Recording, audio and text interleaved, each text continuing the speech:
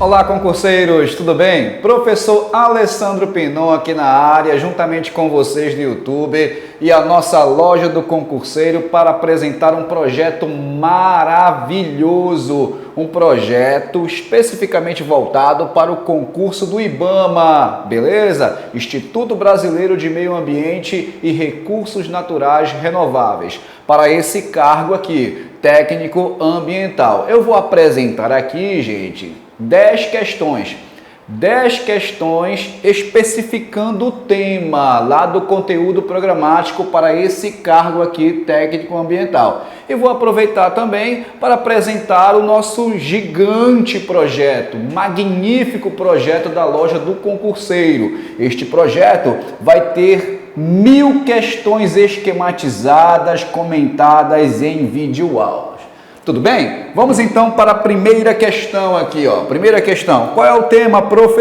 O tema é o seguinte: noções de ecologia e climatologia. Tá lá no conteúdo programático, tá bom? Primeiramente, meus queridos, que ecologia, na verdade, estuda basicamente a interação entre os seres vivos, né? A interação entre os seres vivos e destes seres vivos com o meio, com o seu hábitat natural, tá certo? Ecologia. É por isso que logia, estudo, e eco deriva do grego eikos, tá? Ou seja, significa casa, né? Significa casa aqui, ó.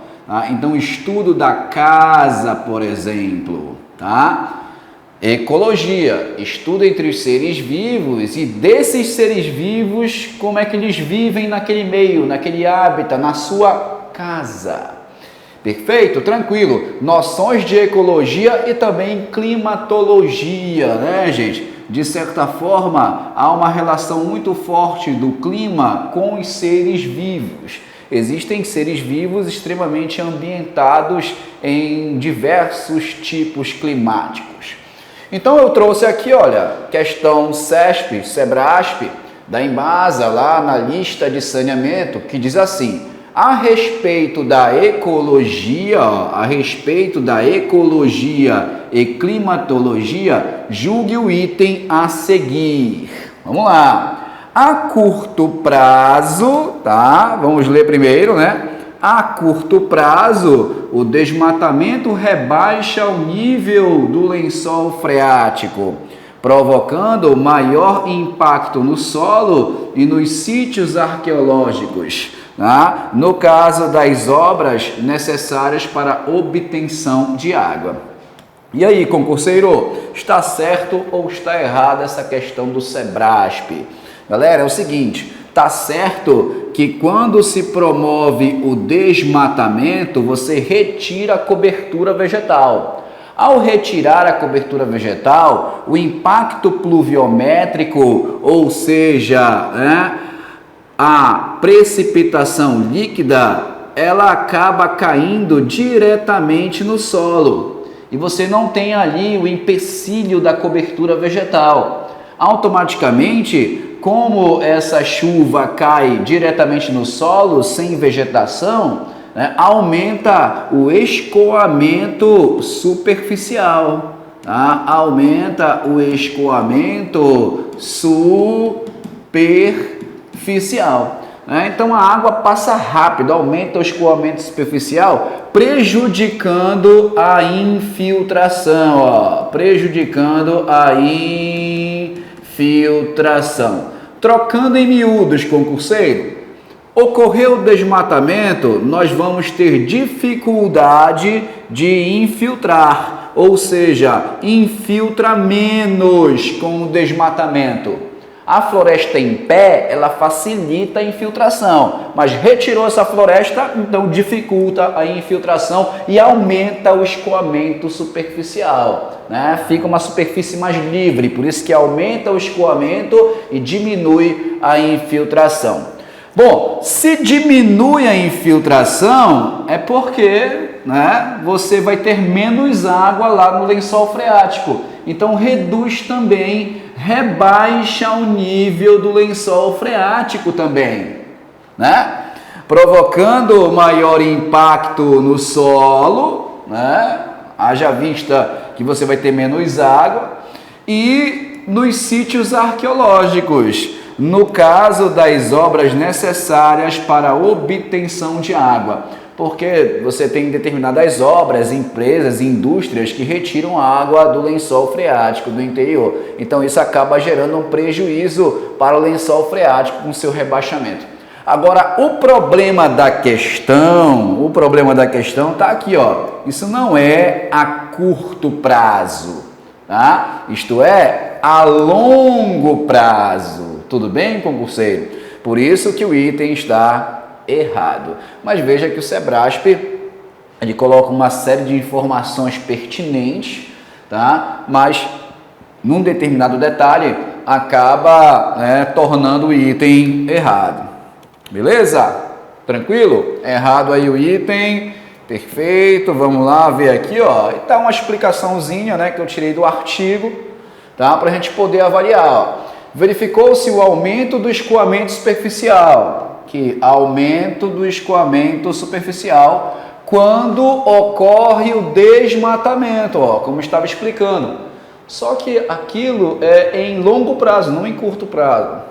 Com aumento significativo da estação seca. Uma vez que uma menor quantidade de água é interceptada, tá? Então menos água é interceptada pela vegetação porque ocorreu lá o desmatamento, tá? Pelo dorsal, a evapotranspiração e a infiltração também tendem a diminuir com o desmatamento. É verdade, você retira a floresta, automaticamente reduz a infiltração, né, rebaixa o nível do lençol freático e também tem o prejuízo, né, para a umidade, porque a floresta em si, a vegetação, ela libera, né, a umidade para a atmosfera. Perfeito? Então tem esse prejuízo. Com as mudanças climáticas, os cenários de aumento da temperatura e da precipitação tendem a aumentar a evapotranspiração e escoamento.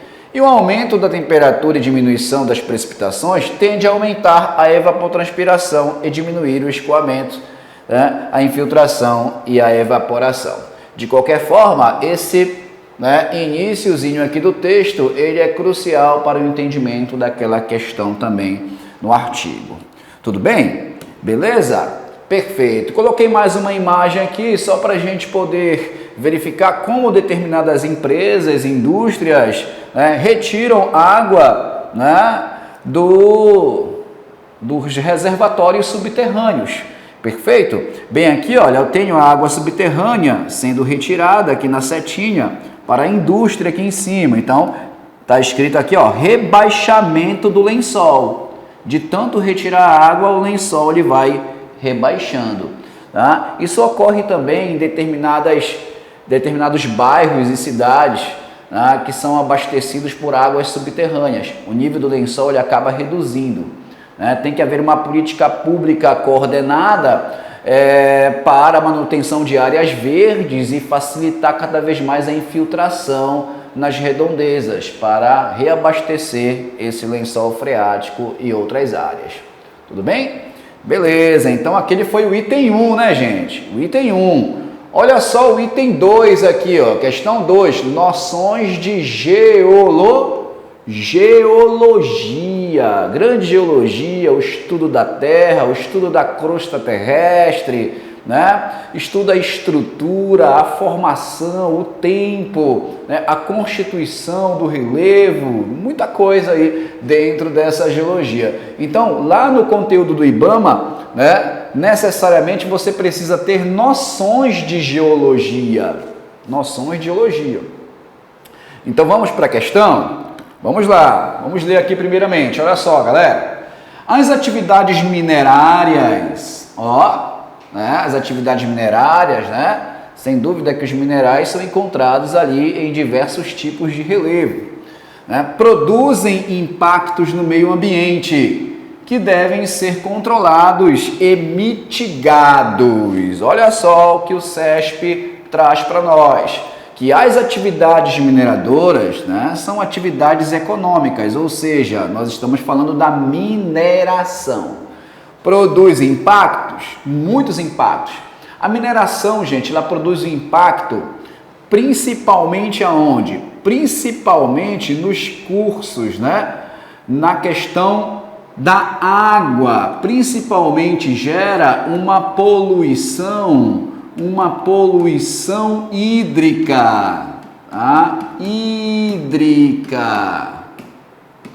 Até mesmo porque, né, as escavações, a exploração, ela altera o relevo, altera o solo, atingindo também alguns lençóis freáticos, não é verdade? Até mesmo no tratamento dos minérios, né, nós temos impactos com o uso da água na questão da atividade mineradora.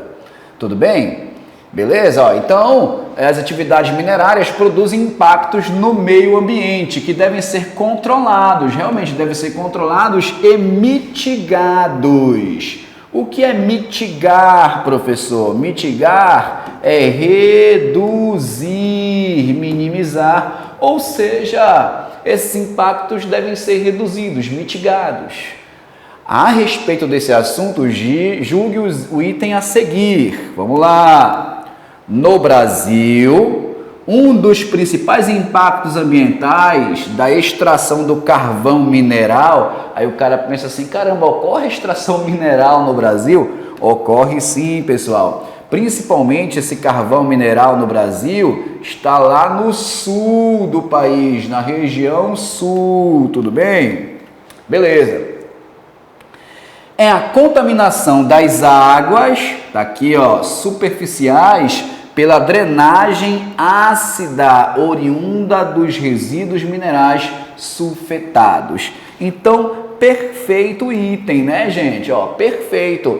Tá? Por quê? O principal impacto dessas atividades mineradoras é na água, é uma poluição automaticamente hídrica. Especificamente no carvão mineral, você tem a geração, né, dessa acidez em virtude da oxidação que ocorre ali na mistura.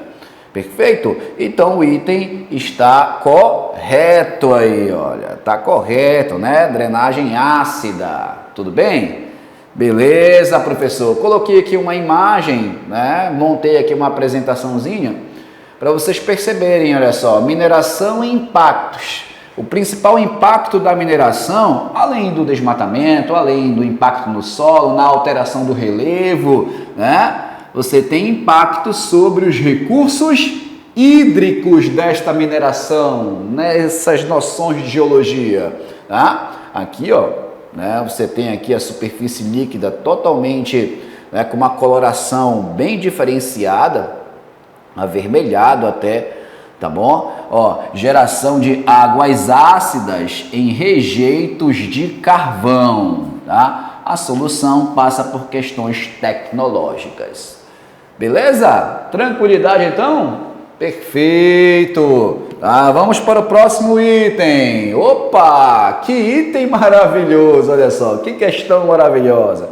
Gente, por apenas R$120, você vai ter 1000 questões direcionadas. 1000 questões direcionadas, tá? Detalhe, de todas aí, envolvendo todas as disciplinas.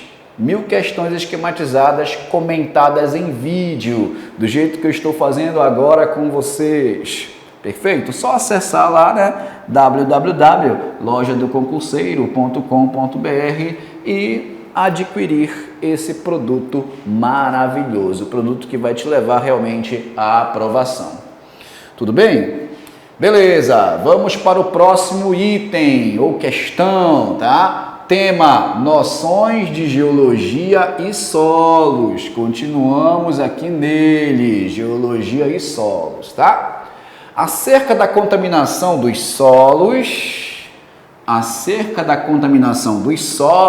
e dos aquíferos, julgue o item a seguir, tá? Em geral, a contaminação por óleo ou gasolina oriunda de vazamentos, tá?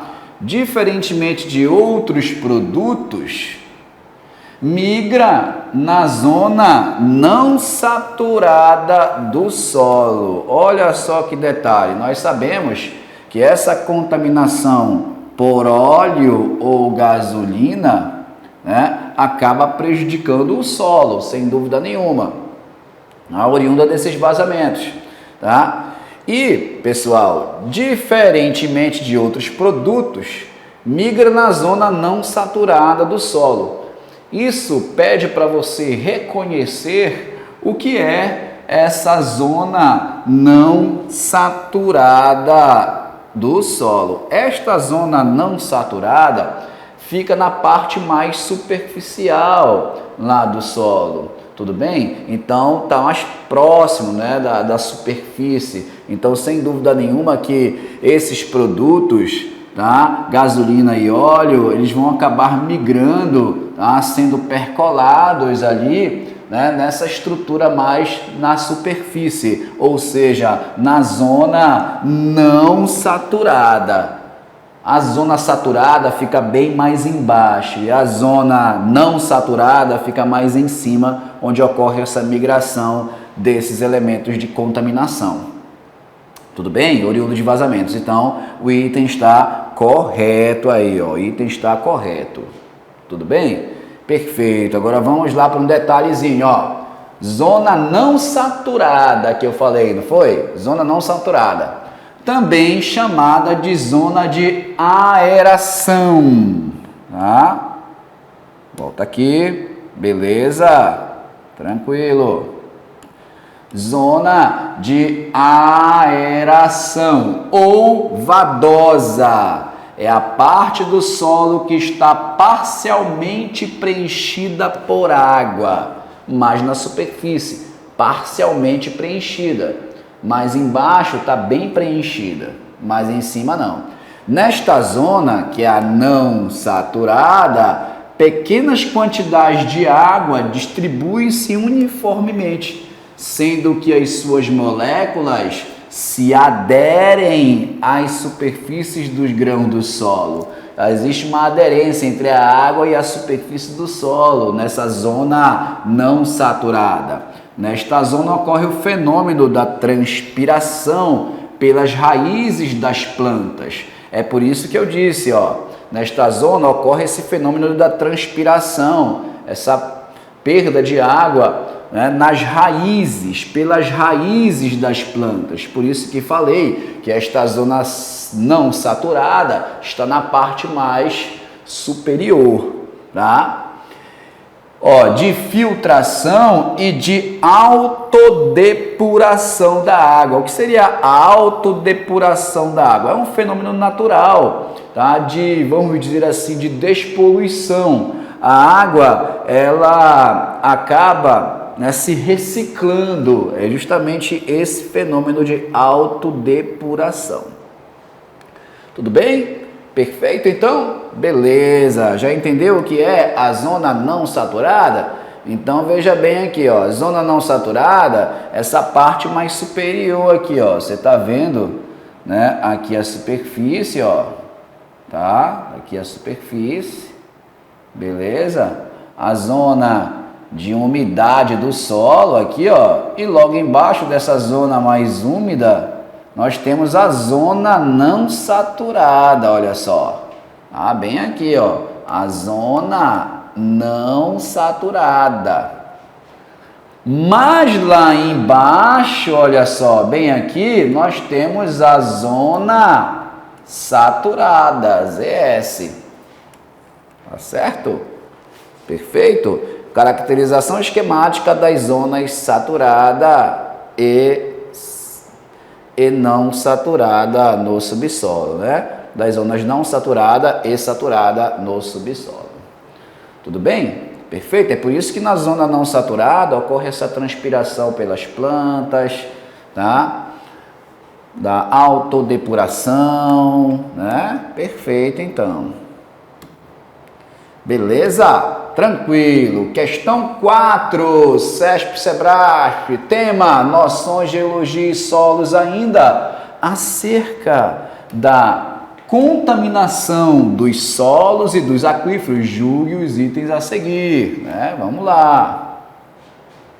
Veja bem, a vulnerabilidade de um aquífero será tanto maior quanto mais difícil ou retardado for o acesso hidráulico do contaminante à zona saturada. E aí, galera, tá?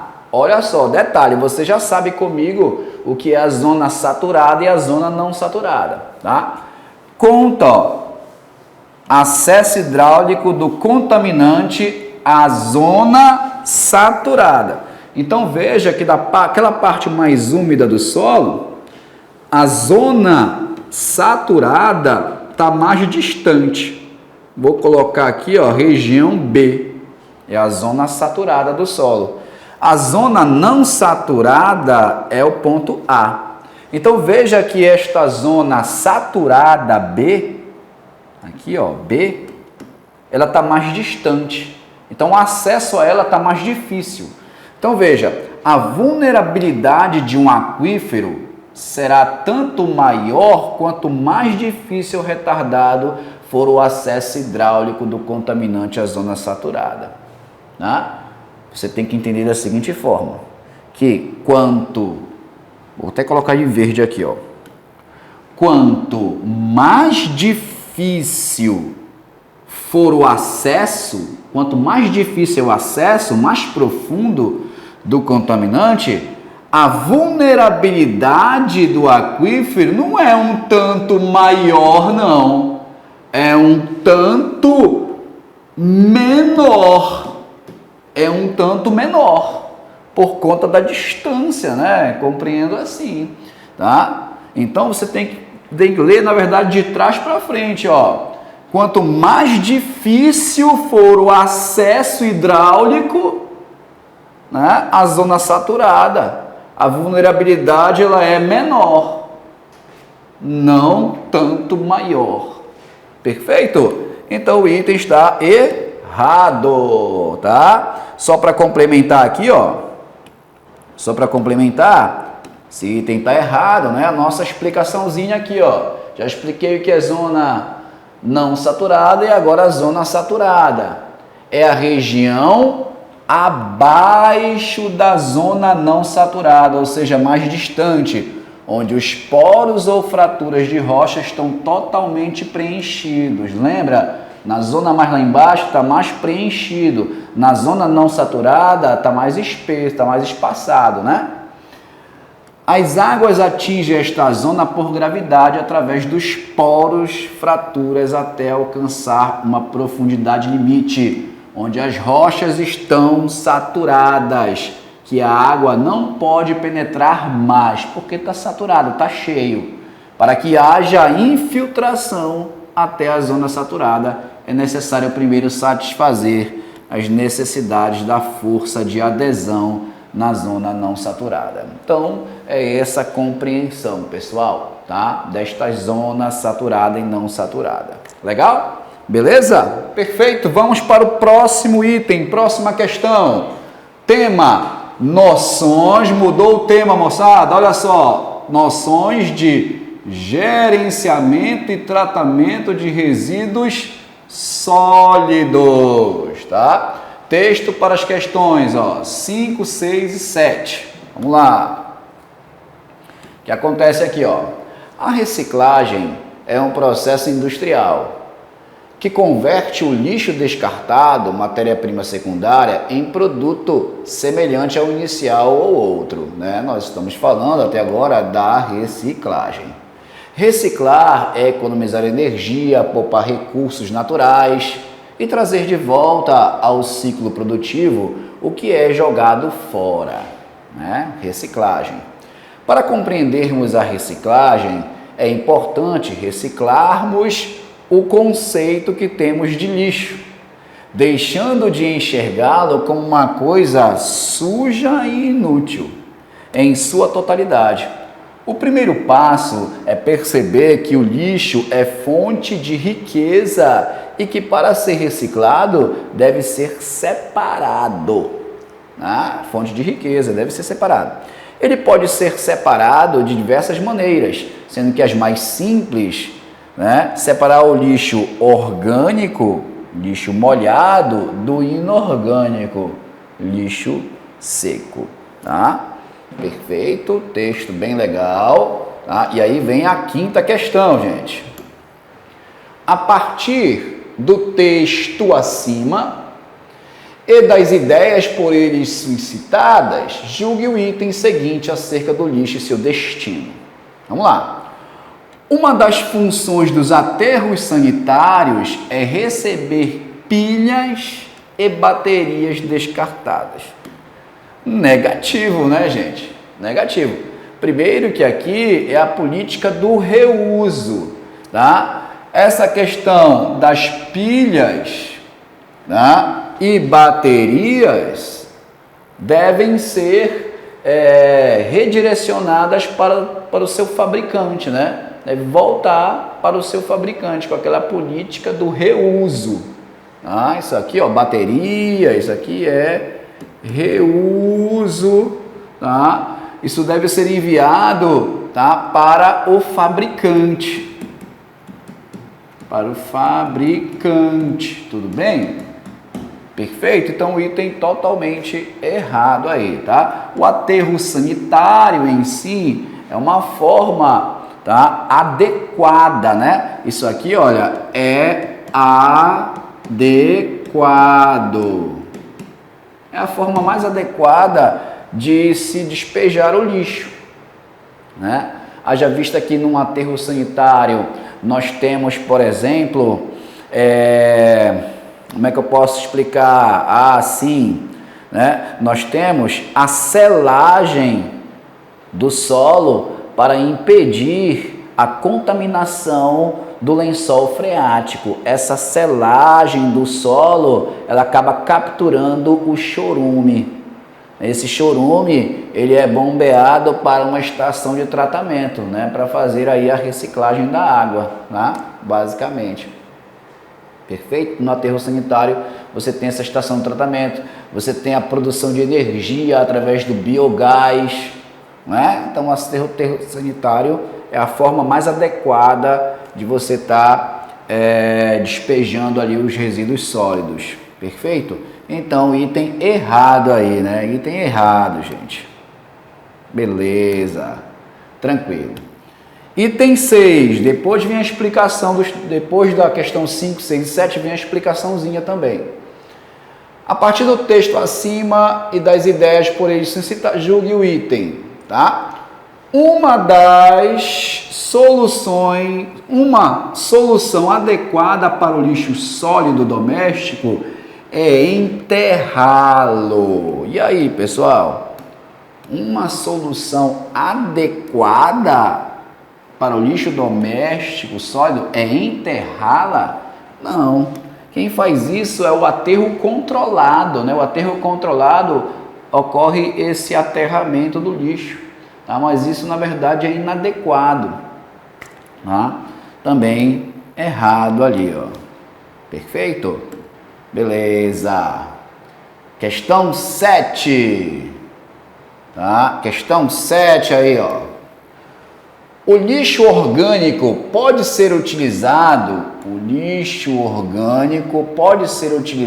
para a produção de combustível, como o gás metano e de adubo? E aí, pessoal, acabei de falar, não foi? Tá? Que o lixo orgânico ele pode ser utilizado para a produção de combustível, como o gás metano e de adubo. Perfeito também, ó, correto. Tá? Legal, né? Vamos ver aqui, ó. Diferença entre lixão,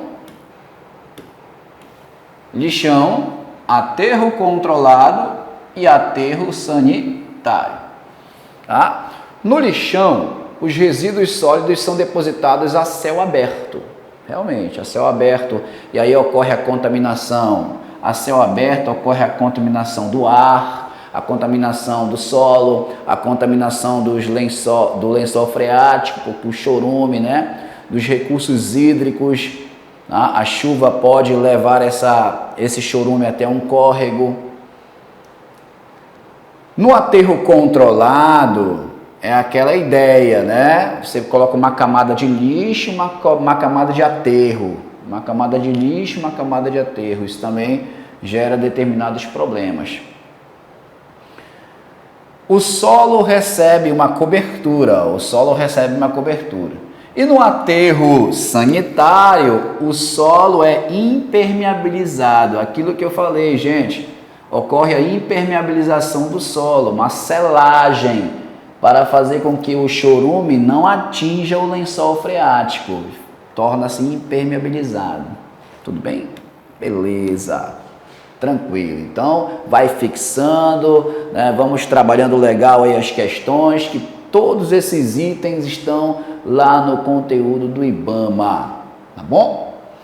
Gente, noções de ecossistemas brasileiros, hein? Noções de ecossistemas, tá? Ecossistema, esse termo faz parte também da ecologia, tá? Da ecologia. Nós podemos ter diversos ecossistemas. Ecossistemas terrestres, ecossistemas aquáticos, né? Ecologia nós estudamos. Ecologia, né, é a interação entre os seres vivos e desses seres vivos com a sua casa, com o seu habitat, né? Então cada ser vivo ali vai ter o seu ecossistema, na verdade. Ó, a Amazônia é um grande ecossistema. Dando o exemplo aí, a Amazônia é um grande ecossistema. Em relação ao estudo de ecossistemas, julgue o item que se segue. Vamos lá. Ecossistema é um bioma e bioma. Ecossistema e bioma são sinônimos, ou seja, ambos designam unidades ecológicas, estruturais e funcionais, cujos componentes bióticos e abióticos são de suma importância para os estudos ecológicos e ambientais. Gente, negativo, tá? Ecossistema e bioma, tá? Eles podem até num determinado momento se complementarem, mas são termos diferentes, tá? Primeiro, olha só, gente, que o bioma ele tem uma escala geográfica bem maior, tá? O bioma tem uma escala, geográfica bem maior, né? Bem maior, bem mais abrangente o bioma, tá? Já o ecossistema não, o ecossistema é como se fosse um pouco mais específico também. Tá? Nesse ecossistema se avalia, por exemplo, a interação entre esses elementos bióticos com vida e abióticos sem vida, como temperatura, pressão, né? Essa questão. Então, não são termos sinônimos, tá bom? Não é a mesma coisa, ecossistema e bioma, tá? Item errado. Questão 9. Em relação ao estudo de ecossistema, julgue o item que se segue. Olha só, na Amazônia e na Mata Atlântica, a heterogeneidade espacial é o fator que proporciona oportunidades diversas para o estabelecimento de espécies e para o aumento da biodiversidade. Olha só que pegadinha aqui do CESP em 2018. Tá dizendo o seguinte, ó, que na Amazônia e Mata Atlântica, a heterogeneidade espacial é o fator que é o fator. É como se fosse, pessoal, esse o aí, ó, é como se fosse o único fator. É o fator que proporciona oportunidades diversas para o estabelecimento das espécies e para aumento da biodiversidade. Não é um único fator, tem diversos outros fatores, entende? Então, o item errado também. Acredite, o CESP fez isso. Tá? Ó, uma diferençazinha aqui, ó, como eu estava explicando para vocês, Ecossistema de um lado, bioma do outro, tá? Definição, área e exemplos. Olha só como na área o ecossistema tem medidas menores e o bioma, grandes áreas, mais de 1 milhão de quilômetros quadrados, né? Tem uma dimensão geográfica bem maior o bioma do que o ecossistema. No ecossistema, olha só como é uma unidade funcional ou um sistema no ambiente, tá? Onde os componentes não vivos abióticos e os organismos vivos bióticos ocorre uma interação. Né? Aqui ocorre a interação entre os seres bióticos e abióticos, dando uma unidade funcional. Tá? Já aqui, olha, é uma zona na Terra determinada pelas características climáticas de organismos, vegetação, medida em grande escala, é a maior unidade biótica geográfica. É a maior unidade biótica geográfica. Então, é um bioma, né? Sempre numa maior unidade geográfica. Entendeu? Avaliando a vegetação e o clima principalmente. Exemplos: ecossistema, floresta ombrófila. Floresta ombrófila, esse termo quer dizer que chove bastante, tá? Chuva, chove bastante. Floresta ombrófila, densa, restinga e manguezais. Restinga é uma vegetação de duna, entendeu? Aquela vegetação ali em cima da duna. E os manguezais, aquele contato da água doce do rio com o oceano, geralmente nos litorais, tá? Na nossa zona costeira nós temos muitos manguezais. Tudo bem? Então, isso são exemplos de ecossistemas. Agora, bioma, olha só, Mata Atlântica, né? Cerrado, Caatinga e Pantanal. Inclusive, a Mata Atlântica ali, né, é considerada como um bioma, tá? Olha só, o erro já estava aqui, ó. Na Amazônia e Mata Atlântica. Isso aqui é mata mais para bioma, né? É um bioma. Ó, ele fala em relação ao estudo dos ecossistemas. Não é um ecossistema. Você tem ecossistemas aí dentro. Mas essa terminologia aí, essa nomenclatura, perdão, tá para bioma. Bioma Mata Atlântica, bioma Amazônia, né? Bem, enfim, tá mais para bioma do que para ecossistema. Perfeito?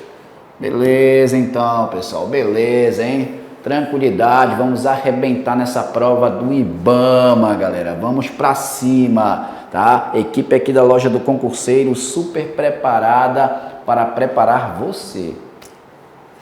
Questão 10. Texto é grande, hein? É CESP, né, pessoal? É CESP, texto grande, tá? Perito criminal.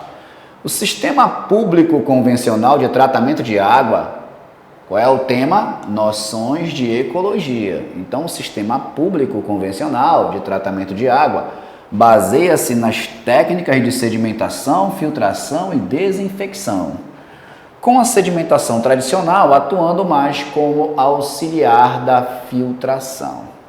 Esse conjunto de operações produz uma água aceitável aos sentidos humanos,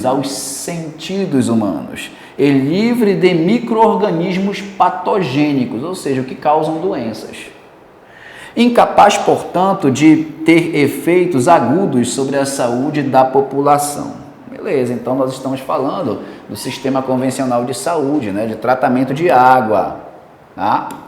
Nesse modelo, desinfetar a água, eliminando os organismos patogênicos, é fundamental para a saúde pública. Os agentes químicos usados nesse processo são clorodióxido de cloro, cloraminas ou ozônio. Mas esses desinfetantes podem reagir com outros constituintes na água e formar novos compostos químicos, alguns potencialmente nocivos à saúde humana a longo prazo. Inúmeros estudos epidemiológicos e experimentos de laboratório registrados pela Organização Mundial de Saúde, contém evidências da associação entre a ingestão de água com grande concentração de subprodutos da cloração e o aumento da mortalidade por câncer e também dos níveis de colesterol. Rapaz, né? Complicado. O tratamento público usando cloro pode gerar subprodutos que, na verdade, geram prejuízos à saúde humana a longo prazo.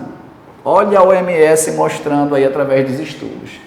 Além disso, segundo a OMS, as toxinas liberadas pelas algas nos mananciais de abastecimento podem chegar até a casa do consumidor, né?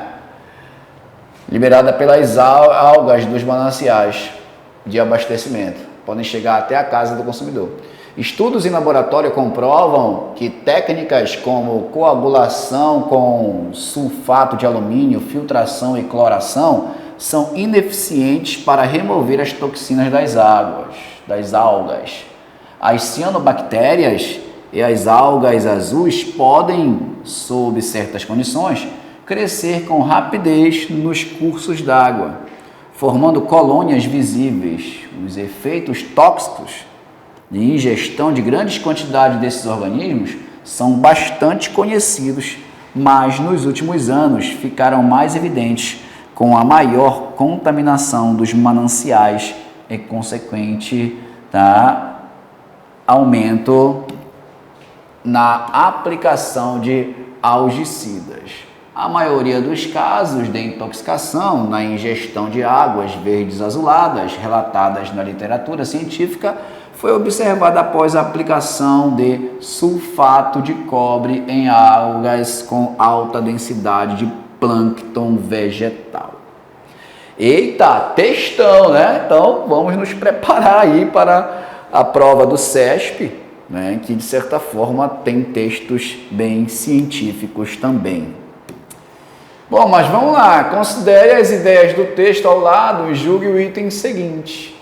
O plâncton mencionado na última linha, aí vem o plâncton mencionado na última linha do texto, é representante do primeiro nível trófico. Mas sem dúvida, né? O plâncton, pessoal, né? O fitoplâncton também, né? O plâncton, ele é o representante do primeiro nível trófico. Depois vem os outros elementos, outros animais também, que acabam até mesmo se alimentando do plâncton, tá? Então, o item está correto. Perfeito? O plâncton é muito importante para a vida no planeta. O fitoplâncton, através do processo de fotossíntese e calcificação, é capaz de reintegrar grande quantidade de CO2 na atmosfera. É por isso que se diz que o plâncton, ele é o pulmão do mundo. Não é a Amazônia o pulmão do mundo. Quem é o pulmão do mundo é o plâncton, pela essa capacidade de liberar grande quantidade de oxigênio para a atmosfera, né? E também, né, é capaz de retirar grande quantidade de CO2. Esses organismos fixam CO2 na fotossíntese e possibilitam a formação de carbonato de cálcio, que é então depositado em cima do fitoplâncton na forma de pequenas escamas. Além disso, ao realizarem fotossíntese, estão contribuindo para a produção de oxigênio, né, atmosférico. Galera, então é o seguinte, né? Além desse papel importante do CO2 atmosférico, agora sim, o fitoplâncton constitui uma base na cadeia trófica de comunidades aquáticas. Os fitoplânctons servem de alimento, por isso que ele está no primeiro nível da cadeia trófica, para os zooplânctons, mas não são só os animais pequenos que se alimentam do plâncton. Existem algumas espécies de baleias e o tubarão-baleia que se alimentam também desses organismos. Por isso está no primeiro nível trófico, né? Esses animais comem grande quantidade desses seres vivos através de filtração. Então, galera, é o seguinte, tá? Vem com a gente, vem conosco aqui da loja do concurseiro. Por apenas R$120 você vai ter 1000 questões esquematizadas, comentadas em videoaulas de todas as disciplinas. Que preparação porrada, maçante, que estratégia de estudo magnífica para apenas R$120. Vem, lojadoconcurseiro.com.br. Muito obrigado, galera, e até uma próxima. Tchau!